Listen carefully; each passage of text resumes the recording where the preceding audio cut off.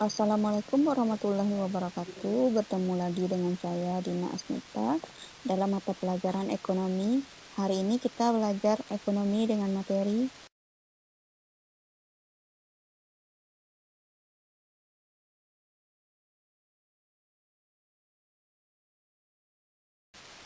persamaan dasar akuntansi.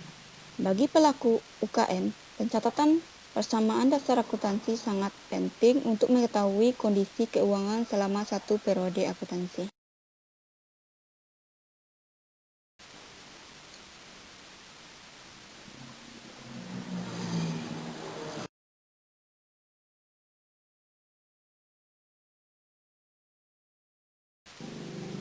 Konsep persamaan dasar akuntansi. Persamaan dasar akuntansi adalah sebuah hubungan antara hutang, harta, dan modal dari perusahaan karena setiap transaksi bisnis mempengaruhi minimal dua akun perusahaan. Rumus persamaan dasar akuntansi sebenarnya cukup sederhana, yaitu harta sama dengan modal. Ketika sebuah perusahaan didirikan, sang pemilik biasanya mengandalkan modal sendiri yang dinamakan dengan ekuitas. Ekuitas tersebut kemudian dibagi, sebagian dipakai perusahaan membeli aset dan sebagian lainnya ditempatkan dalam bentuk kas perusahaan.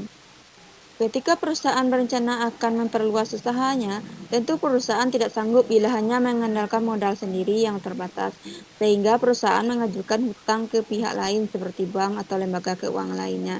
Dari hutang tersebut, perusahaan bisa mengembangkan bisnisnya. Dengan demikian, persamaan akuntansinya yaitu harta sama dengan hutang tambah modal.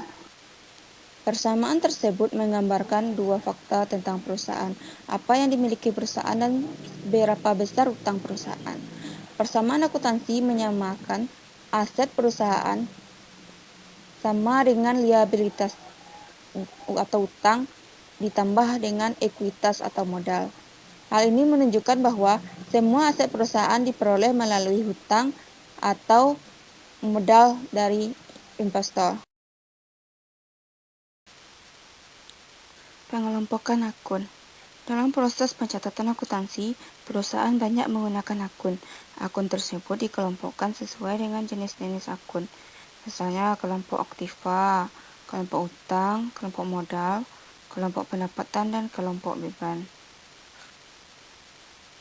Tiap kelompok terdiri atas beberapa akun. Jumlah akun tergantung pada besar kecilnya perusahaan, jenis perusahaan, dan sejauh mana perusahaan ingin mengungkapkan informasi keuangan kepada para pemakainya. Tujuan dari pembuatan akun adalah yang pertama, memudahkan dalam mengelompokkan akun. Yang kedua, membantu proses pencatatan akuntansi karena dengan kode akun lebih cepat mencari akun yang dicari. Yang ketiga, memudahkan dalam mengingat dan mempercepat pencatatan karena kode akun telah diwakili nama-nama akun yang bersangkutan. Masing-masing akun dapat dikelompokkan menjadi dua kelompok, yaitu akun real, ini akan terdapat pada neraca. Yang kedua adalah akun nominal. Akun nominal akan kita temui di laporan laba rugi.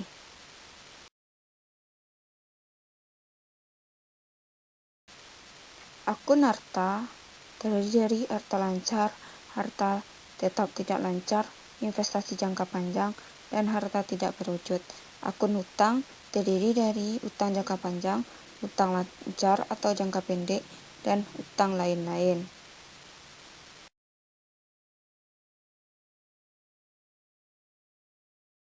Yang ketiga, akun modal atau equity.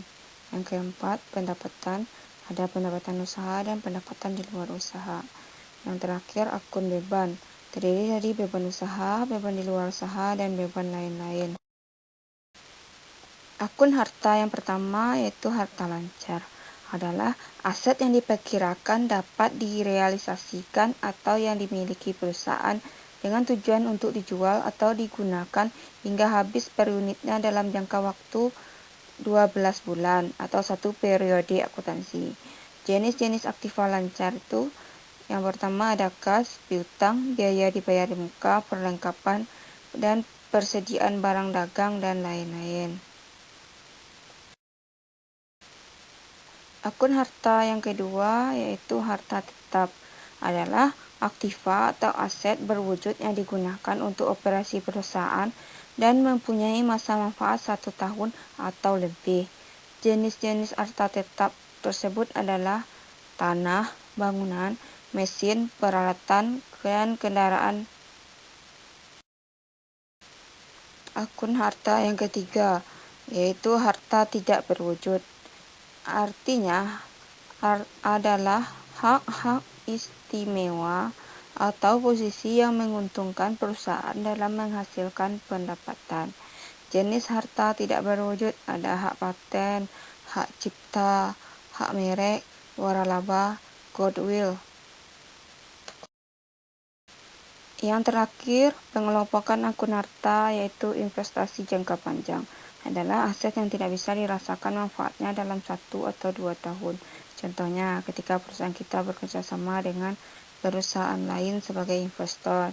Yang kedua, contohnya pembelian tanah dengan rencana penggunaan yang akan datang. Yang kedua, akun kewajiban harta hutang terbagi menjadi 3. Yang pertama, hutang lancar adalah hutang yang akan dilunasi dalam jangka waktu 1 tahun atau 1 periode akuntansi. Yang kedua, ada hutang jangka panjang adalah hutang yang tidak jatuh tempo dalam waktu 1 tahun atau hutang yang umumnya tidak bisa menggunakan aktiva lancar dalam pelunasannya. Contoh aktiva lancar kayak kas. Yang terakhir adalah hutang lain-lain. Itu hutang yang tidak bisa digolongkan ke dalam hutang lancar dan hutang jangka panjang. Yang ketiga, akun modal merupakan hak pemilik dalam perusahaan. Modal ini berasal dari investasi pemilik atau pemegang saham dan akumulasi hasil usaha atau laba atau rugi perusahaan. Yang keempat, pendapatan merupakan aliran penerimaan kas atau aktiva lain yang diterima dari konsumen sebagai hasil penjualan barang atau jasa dalam 1 periode akuntansi. Yang kelima atau yang terakhir adalah beban. Beban adalah biaya yang telah dimanfaatkan dalam usaha menghasilkan pendapatan dalam 1 periode. Beban dikelompokkan menjadi A. Beban usaha, B. Beban di luar usaha, C. Beban lain-lain. Cukup sekian materi kita hari ini. Untuk selanjutnya silakan bikin tugas berikut ini, bikin soal dan jawaban yang benar di double folio dan fotokan, kirim ke WA pribadi saya. Saya akhiri. Assalamualaikum warahmatullahi wabarakatuh.